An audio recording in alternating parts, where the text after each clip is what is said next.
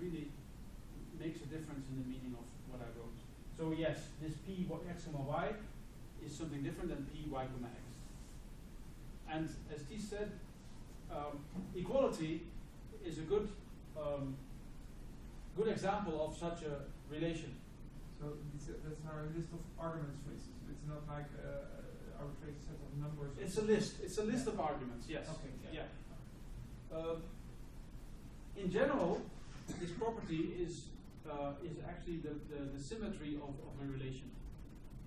This example number 1 expresses that P is a symmetric relation. Yeah. I mean, there are many symmetric relations. Equality is one of them, but for instance, sitting next to each other is also a symmetric relation, because if you sit next to Henk, then Henk sits next to you, right? And that's a weaker relation than equality, because you are not equal. You're just sitting next to each other. Rhyming words is also a symmetric relation. If one word rhymes with the other, then the other rhymes with the one. Okay, what about the second? For all x, there exists a y such that p x comma y. What can you give a setting where that makes sense?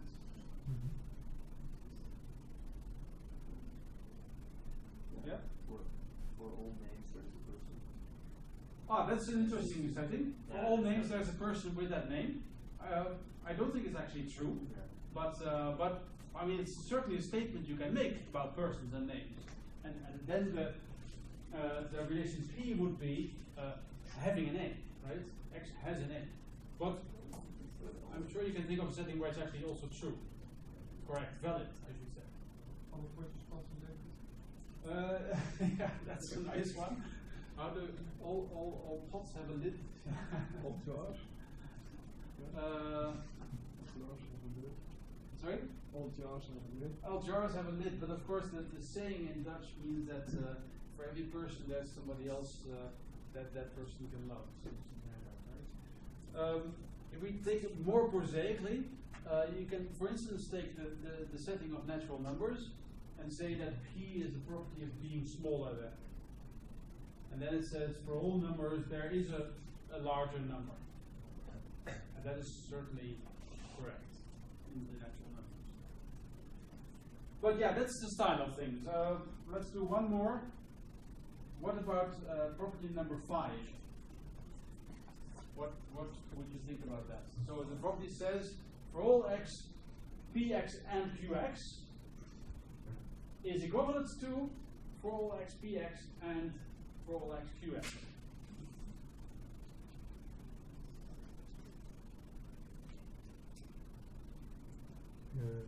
Intersection of sets, I guess. So P means if you're in some pre-specified set A, and Q means if you're in some pre-specified set B. Yes. In such a setting, this would indeed hold, because then both sides of the if and only if express that X is in the intersection of two sets. Well, if you think about it,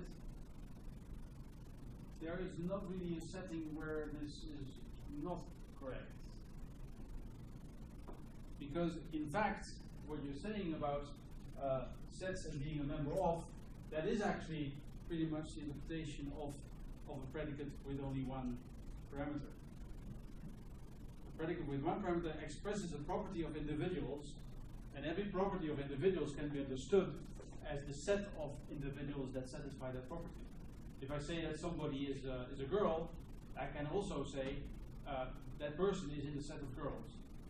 Yeah, so predicates with one parameter are actually equivalent to sets. Predicates with two parameters are actually equivalent to what?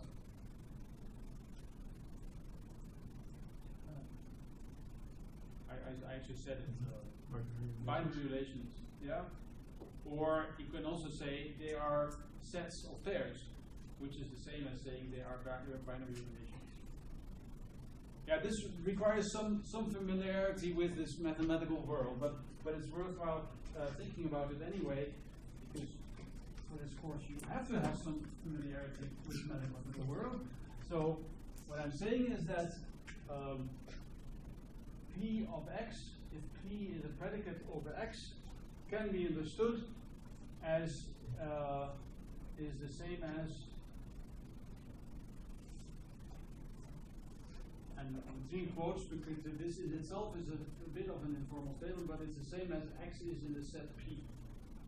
Whereas saying that R holds over X and Y, where R is another predicate with two parameters, it is the same as X being in a relation R to Y, or you can also say it's the same as X comma Y is in the set R. So all these things should be thought of as being expressing the same thing. Yeah, so the example of sitting next to each other, which satisfies the property of symmetry, can also be understood as the relation between people. Yeah, you sit next to the other guy or girl. It can also be understood as a set of pairs, namely the set of pairs of people who sit next to each other, of which there are, you are such a pair, and also in the reverse, so that's 2. And there I see 4 such pairs on the second bench, and again 2 on the third. And so I could actually build that set for this classroom, and it would be a set of pairs of you guys. Yeah? Still makes sense? Good. So if you don't say no, then I assume you will yes. So all of these properties can be understood in terms of something that you actually have seen. I'm not going to go through all of them. And the last is actually a valid property. It expresses that universal quantification distributes over conjunction. It's true universally. You can't find a setting where this is not true. Okay, some more terminology, hopefully familiar already, but these quantifiers are sometimes called binders. They set to bind the variable. Namely, every x that appears in this cube, in this formula phi, is bound in the formula exists x such that phi. Similarly, every variable in every x in this formula phi is bound in the formula for all x phi. If a variable is not bound, it means there is no quantifier outside with that has the variable, or that binds the variable with that name. If it's not bound, we call it free, and that means we know that means that that variable still has to be assigned the value. If a variable is bound, then for the meaning of the formula, the name of that variable no longer matters. And I can illustrate this, for instance, using the examples on the previous slide. For instance, here in the first example, I used the variable names x and y, but they are not relevant to the meaning of the formula. I could have chosen a and b or z and or whatever names. And this is a very familiar principle from programming also, of course. If you have a parameter of a procedure or method, then the name of the parameter can change without the effect of the program changing. They can become less readable. I'm not saying that names don't matter. I just mean that what I'm saying is that they don't change the working of the program. A closed formula has no free variables. That's the last term.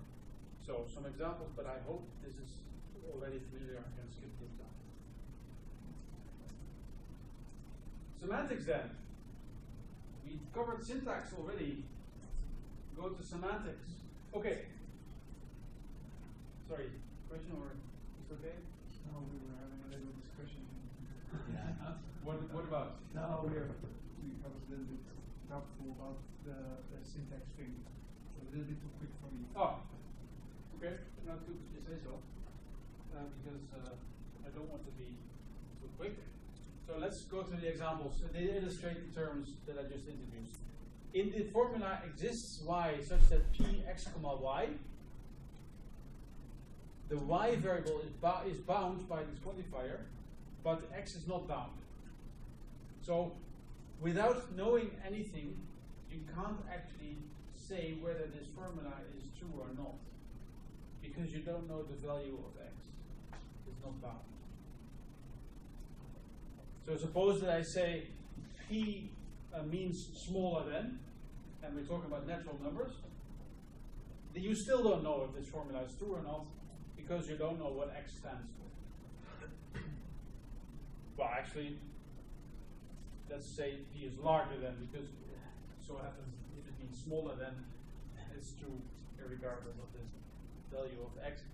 But if p means larger than, then you don't know whether the formula is true or not.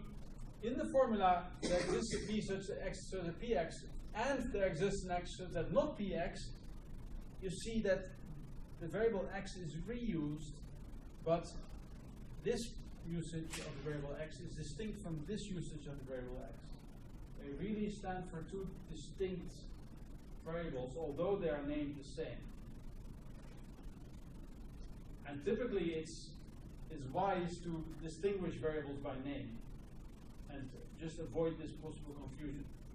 And I can do that because I'm saying that the name actually doesn't matter. So in this subformula exists x such that px, I may change the x into a y. Of course, they both then change into a y, so then exists y such that py, and then there's no longer possible confusion with the second x, which really is a different one. And the final formula is also one where the two x